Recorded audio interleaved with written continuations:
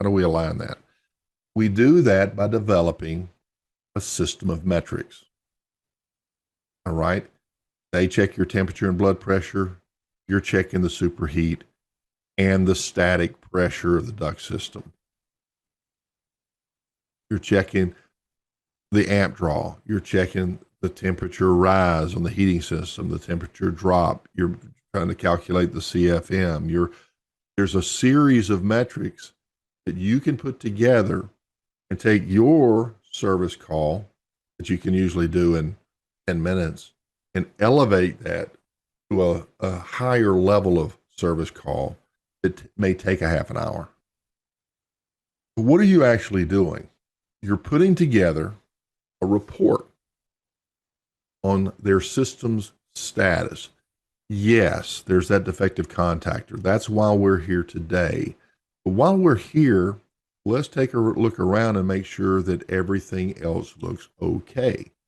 Because the last thing we want to do is to fix something, leave, just to get called right back.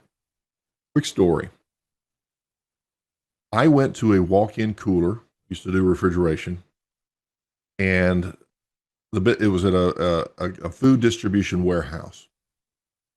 And it was a small independent company. These guys were really watching their dollars.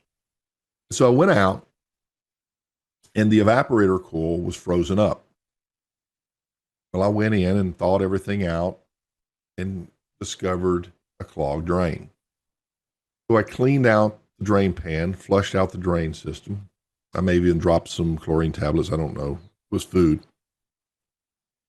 And I looked up on the top of the unit, where the little condenser unit was sitting, and charged him and left. Well, I think it was 3 days later he called me back. I go back, I'm thinking, man, how did that thing freeze up so fast? I cleaned the drain line. Well, I get there, and it wasn't frozen up. On the top up of the condensing unit, it had a current relay that had gone defective. Who'd have known? Was there something that I could have done to catch that?